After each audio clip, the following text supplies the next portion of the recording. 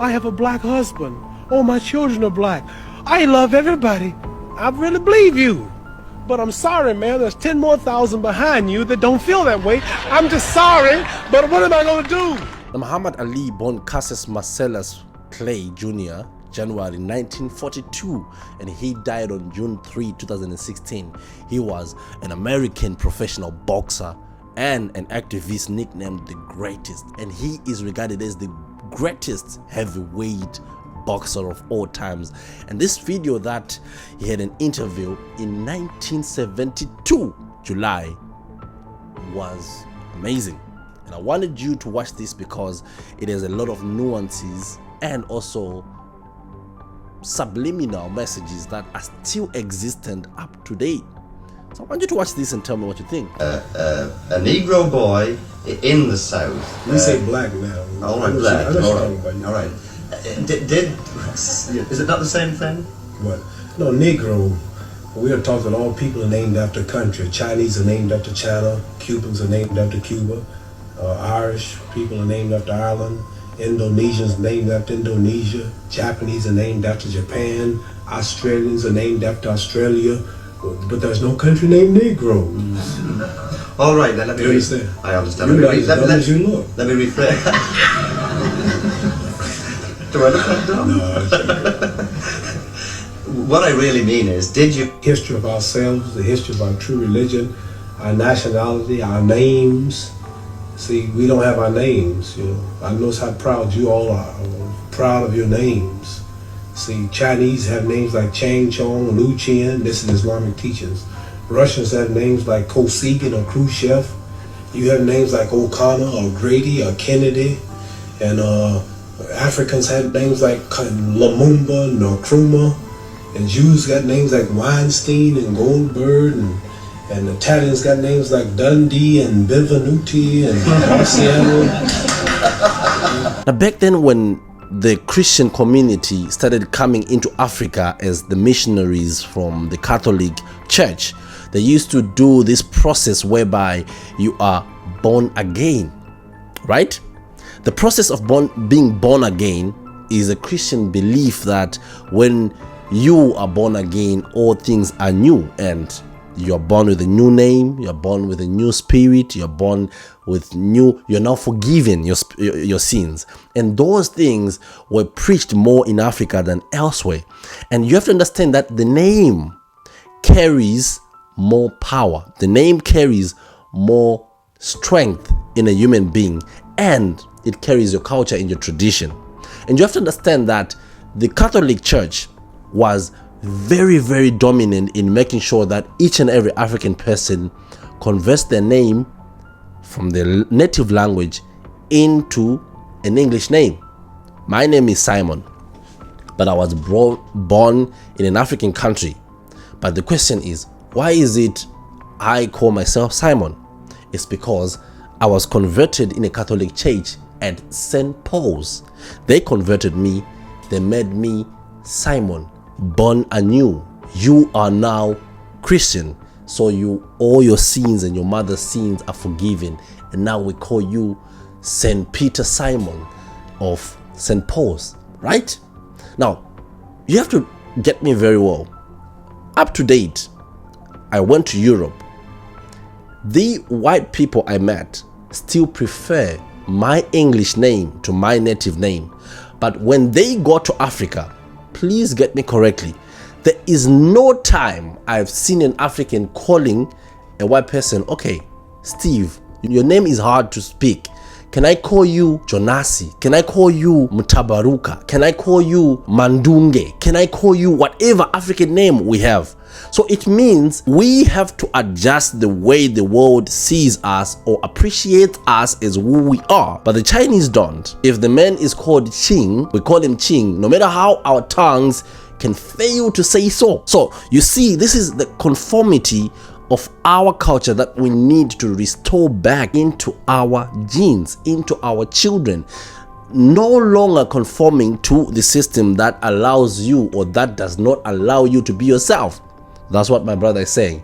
We have to watch more. Names like Grady and Clay and Hawkins and Smith and Jones and Johnson, but we're black. These are the slave names. Yeah, This is so the- this is when the I part heard of- this, I knew it was the truth, it's history.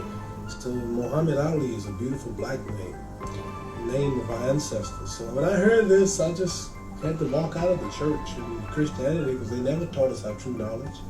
Then they told me how we were brainwashed in America. We see Jesus, he's white with blonde hair and blue eyes. We see the Lord's Supper, all white people. We see the angels in heaven, all white people. Yeah. Woman, Miss World, a white woman. Even Tarzan, the king of the jungles in Africa, he was white. He said,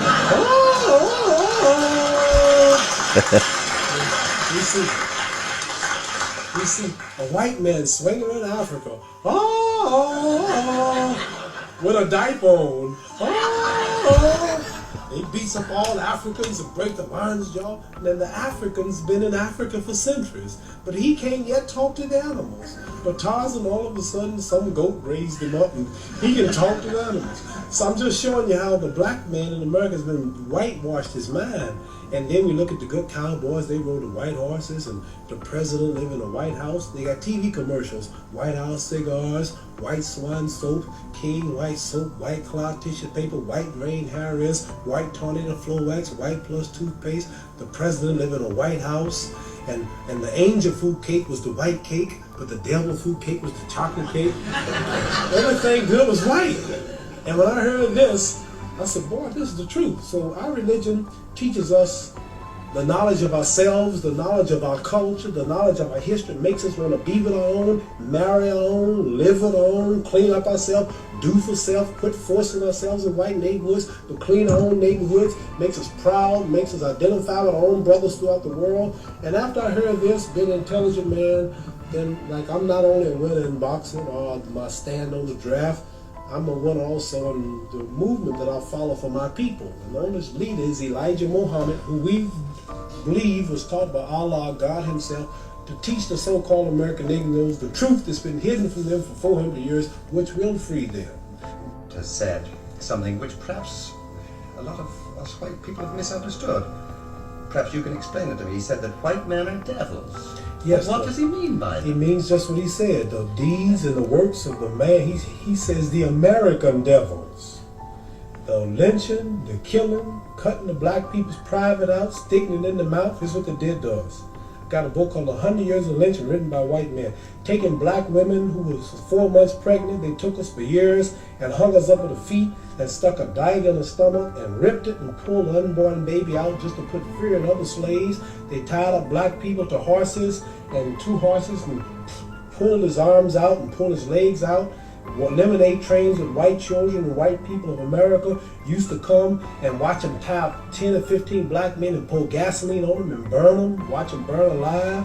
They took us and hung us up to trees and shot us with bullets. They cut a hand off and gave it to the little boy and they took the leg off. And this is worse than the devil. All right, but See, the devil, the preacher in the church taught us that the devil was up under the ground. Right.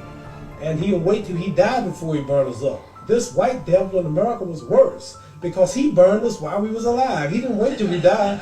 So what I'm trying to say is the deeds and the works. And I think this, if Elijah Muhammad can stand in America for 42 years before my little black self was born and say that the American white man is the devil, then the white man should get up and say you are a lie and carry him to court and say we are not the devil. Not one American, not one government official, one mayor, one senator, none of them will stand up and say that they are not devils and this man is lying. So what am I to do? Right. I believe it. Do you believe that every white man is a devil? I mean, Angelo Dundee, Harold Conrad? Angelo Dundee's Italian. He's got a lot of black blood in him. Harold Conrad's Jew. So there are exceptions. Listen. What I'm saying to you is this. I'm saying that Elijah Muhammad, our leader, teaches us this. And I believe everything he says. So it's not for me to prove that. You must remember, you have not lynched me. It wasn't the Germans that did this to us. It wasn't the white Canadians who's right on our border. He put emphasis on the American devils. He's missioned to America by God to preach the truth. So what I'm saying, let's say we got one white fellow in America who has proved that he means right. Let's say we got another one. White people have died in demonstrations for black people. Now, here's the position I'm in. Here's 10,000 whites coming to kill me. And in those 10,000, or let's say here's 10,000 rattlesnakes coming to bite me.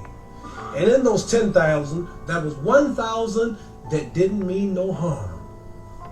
And I knew there was a good 1,000 snakes out there, but they all look alike. Now, what should I do? Should I keep the door open and let the 10,000 in, hoping that the 1,000 will unite and save me and one bite will kill me? Or should I just be safe and shut the door? So we have white people say, I mean right. I have a black husband. Oh, my children are black. I love everybody. I really believe you. But I'm sorry, man, there's 10 more thousand behind you that don't feel that way. I'm just sorry, but what am I going to do? Now, this is a very good point. I've got white friends, a lot of them. We really have deep conversations, and most of the people that I'm friends with are guys that I talk to about a lot of prejudice and racial heritage that probably they inherited. And I always tell them that sometimes it's less to do with you and your personal feelings. It's about a system that keeps people in the loop. The same system that is still keeping Venezuela where it is, the same system that is keeping Zimbabwe where it is, the same system that is putting Africa where it is, whereby without the approval of the colonial master, nothing moves in your country. They'll starve you of capital, they'll starve you of even your people, because all the resources are being taken to one place because the system was designed that way. So anyways, my point is, it's hard for you to trust a system that has always been subjugating one side. So it's hard to differentiate those who are good. I know they're purely wonderful, loving white people. I've seen it myself, and I agree they are there.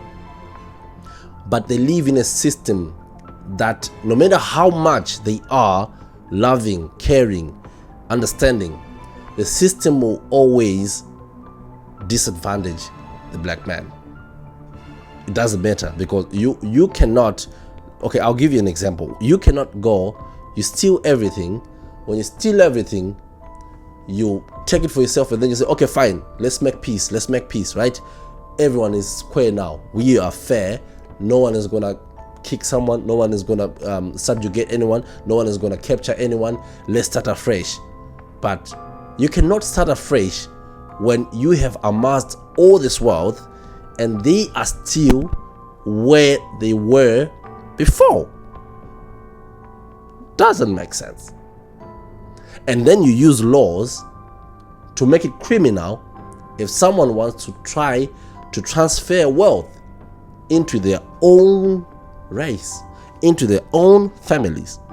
Doesn't work like that. It doesn't add up. So my point is, we can say all we want, we can put it in all words, we can agree to something, but the real nitty-gritties haven't been met yet to fix this. And what is that? Wealth transfer. It happened with the Jews, but it didn't happen with Africans. You get the point. That's what I'm trying to say.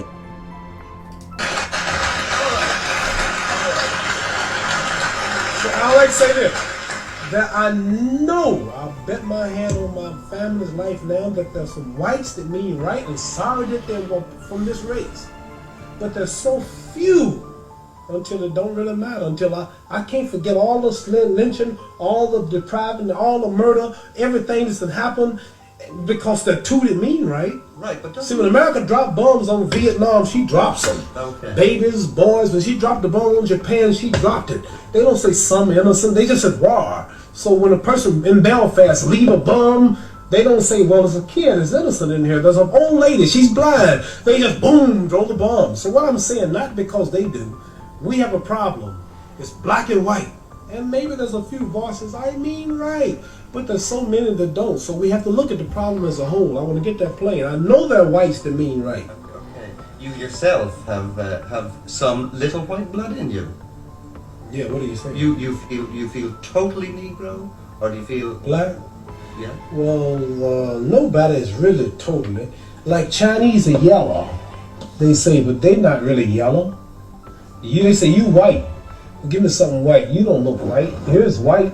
See, this is white. You're not white. You kind of tinky. Something. You're not white. See, that's Oh, white. right. So I'm not. See, that's the point. You're called black, but you're brown. There's just a lot of things to deal with, and this message still exists up to date. These things still exist up to date, and who is to blame? Who is to blame? It's the African man. It's a fact. It's the African man. Because you cannot sucker up. I gave you an example of my name, and I'm the one who still keeps calling myself Simon. Why am I not telling them, no, my name is Tafadzo? Call me Tafadzo. That's my African name. It identifies with me. But I keep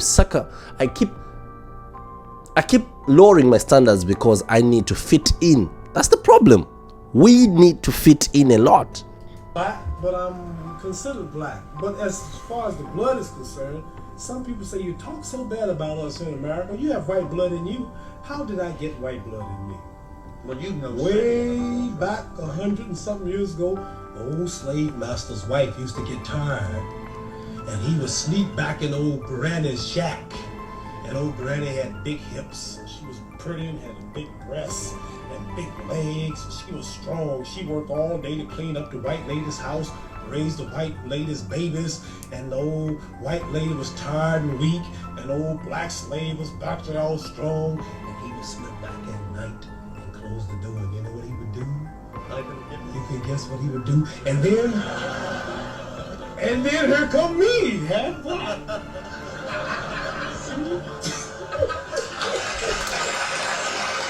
There it is, ladies and gentlemen. You see, black American lives are still in shambles up to now, and pretty much the whole black community worldwide is still pretty much at the same stage they were. Of course, some few have developed to a certain point, but this conversation is a hard one. It's controversial.